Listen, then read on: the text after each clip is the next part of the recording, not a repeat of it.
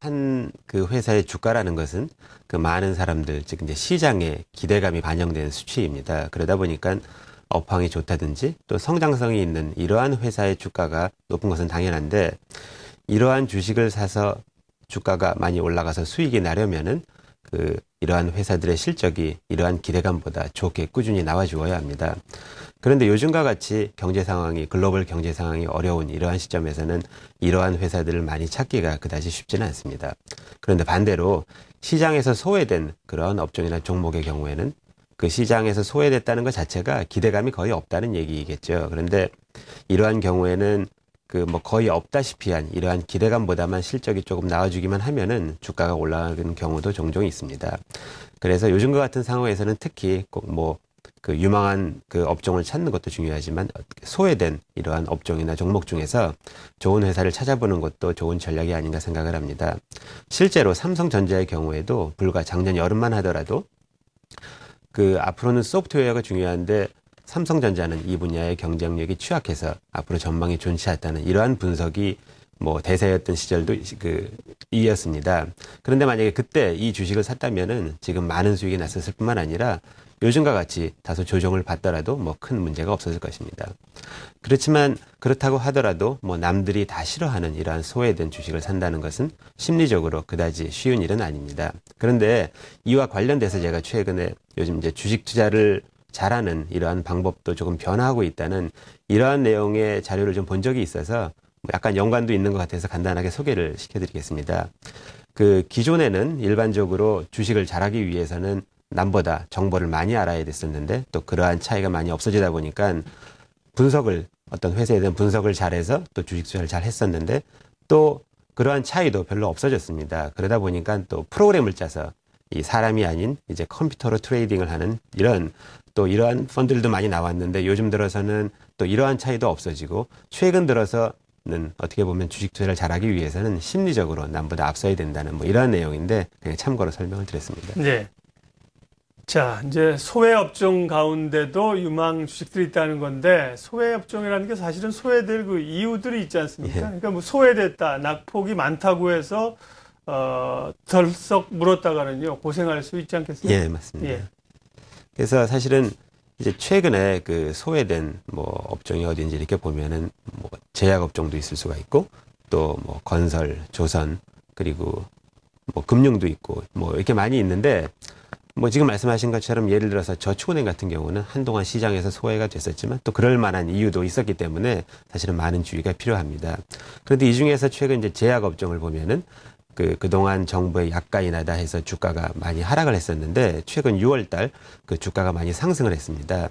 그러다 보니까 기술적인 반등인지 아니면 이제 바닥을 찍고 추세가 전환이 되는지 이러한 이제 논란들이 있는데 파란 게 코스피고 예, 그렇죠. 예. 빨간 게 제약 업종 지수고요. 예, 마지막에 이제 최근 많이 이제 상승한 게 보이는데 예. 그래서 그런 논란이 있기는 한데 이제 그런 걸 떠나서 한번 그래도 좀 관심을 갖고 지켜보아야 될 그럴 만하다고는 생각을 하고 있습니다. 네, 제약 업종 그렇고요.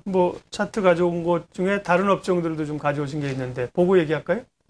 이 다른 업종은 제가 이제 이 그래프는 준비는 안 했고요. 예, 네. 그래서 제약만 보여주신 건가요? 그러면 이제 오늘은 제약 업종이 이제 관심인가요? 예, 그래서 한번 예. 제약 업종 좀 설명을 드려볼까 하고요. 예. 예. 그래서 이제 제약 업종은 그동안 이제 정부에서 약가 인하를 위한 일련의 조치들을 취했었습니다. 그런데 이제 그 중에서도 특히 작년 말 대부분의 의약품의 약가를 일괄적으로 큰 폭으로 인하하는 이러한 조치를 네. 발표했고 또 올해 4월 달부터 시행이 됐습니다. 그러다 보니까 아마 올해 대부분의 제약 회사들의 실적은 작년 대비 큰 폭으로 하락할 것으로 보입니다. 그런데 정부에서 이러한 조치를 취하는 이유는 건강보험 재정이 악화된 이제 재정을 안정화한다든지 국민들의 약값 부담을 축소하는 그러한 좋은 취지이지 이게 제약 회사들을 고사시키는 그러한 목적이 있는 것은 아닐 것입니다. 실제로 반대로 그동안 이제 이러한 조치들을 통해서 그동안 우리나라 제약회사들이 이제 복제약을 만들어서 영업으로 승부를 하는 이러한 관행에서 벗어나서 조금 더 신약에 투자를 하고 또 그 결과 또 기술로 승부를 하는 이런 방향으로 유도를 하는 이러한 의도도 같이 들어있다고 보입니다.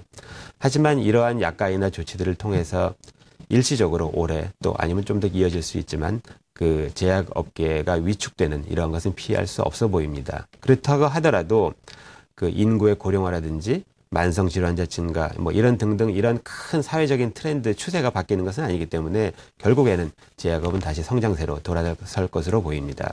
근데 실제 과거 일본에서도 이러한 유사한 조치를 취했을 때 제약업계가 뭐 상당 기간 걸쳐서 구조조정이 일어났고 그 과정에서 특히 이제 많은 소형사들이 이제 도태를 되고 또 살아남은 대형사들은 실제 세계적인 이러한 제약회사로 발돋움한 이런 사례도 있는데 또 우리나라도 마찬가지로 뭐 시간이 지나면은 어느 정도 이와 유사한 구조조정이 일어날 것으로 보입니다.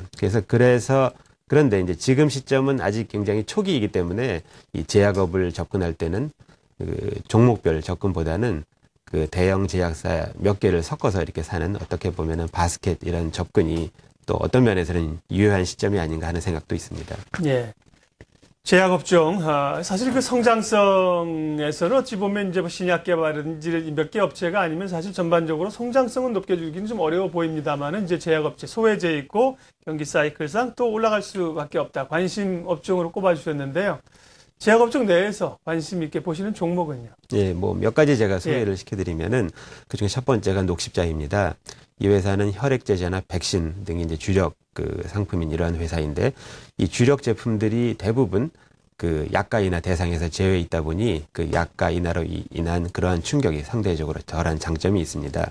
그리고 또 앞으로 수출도 많이 이제 증가될 것으로 보이는데 그렇다 보니까 그 예상 주당 순이익 대비 주가의 비율인 PE가 20 정도로 그렇게 낮은 편은 아닙니다. 그런데 이제 이 회사의 신약 파이프라인을 보면은 많은 약들이 바이오 관련된 이제 약이고 그런 측면에서 다른 바이오 회사인 셀트리온과 비교를 해보면 또 그렇게 비싼 것도 아닌데 그런데 이제 이 회사의 주식을 사는 좋은 방법은 사실은 이 회사의 지주사인 그 녹십자 홀딩스를 사는 것입니다. 근데 불과 얼마 전까지만 해도 이 녹십자 홀딩스는 그 제약사인 녹십자뿐만 아니라 녹십자 생명보험을 같이 보유하고 있었는데 그러다 보니까 지주사를 사는 것과 이 자회사 제약사를 사는 것은 뭐 꼭 같은 효과가 있지는 않았었습니다. 그런데 이제 최근 이 생명보험사를 매각을 했기 때문에 지금은 이 지주사의 대부분은 이 녹십자이기 때문에 사실은 두 주식을 사도 효과는 같을 건데 근데 그렇긴 하지만 이제 사실은 이제 그 지주사가 상대적으로 저평가되어 있는데 예를 들어 이 지주사의 시가총액은 이 지주사가 보유하고 있는 녹십자 가치에도 미치지 못하는데 지주사는 이 이외에도 다른 계열사도 있고 투자 부동산 등 다른 자산이 많아서 사실 많이 저평가된 것으로 보입니다. 근데 녹십자 이외에 제가 아까 이제 일본 예를 들면서 소형 제약사들은 많이 안 좋을 수도 있다고 말씀드렸는데 그렇다고 해서 모든 소형사가 나쁜 것은 아니고 몇 개 소개를 좀 드리면은 그 중에 하나가 동국제약입니다. 이제 동국제약은 뭐 인사돌이라든지 오라메디, 메다캐슬 이게 많은 분들이 좀 이름을 들어본 이런 일반 의약품을 그의 강점이 있는 이러한 회사입니다. 그런데 이제 보통 일반 의약품은 전체 의약품 시장의 한 15% 정도밖에 안 되는데 이 회사는 이 부분이 거의 반에 육박할 정도로 비중이 커서 사실 이제 제약 약가 인하에 조금 피해가는 그러한 좀 장점이 있습니다. 이제 두 번째는 일성신약인데 일성신약이라는 회사는 항생제 분야에 좀 특화가 된 회사인데 사실은 뭐 이 분야보다도 이 회사가 보유하고 있는 삼성물산 가치가 굉장히 큽니다. 제약 그 본업보다도 이 삼성물산 가치가 3천억 원이 넘는데 이 회사의 시가총액은 1,500억 뭐 정도로 사실 2천억 사이에 왔다 갔다 하는데 이 회사가 삼성의 계열사도 아니기 때문에 언제나 팔 수 있는 그러한 부분이라 사실은 어떻게 보면 제약회사라기보다도 주식으로서 한번 관심을 가져볼 만하다고 생각을 합니다. 예, 용환석의 펀더멘탈 투자. 오늘은 이제 장기 소외돼 있으면서 뭔가 좀 상승을 바라볼 수 있는 그런 업종으로요. 제약업종 말씀해 주셨고 관심 종목까지 얘기를 해 주셨습니다. 페트라 투자자문 용환석 대표님 함께했습니다. 고맙습니다. 감사합니다.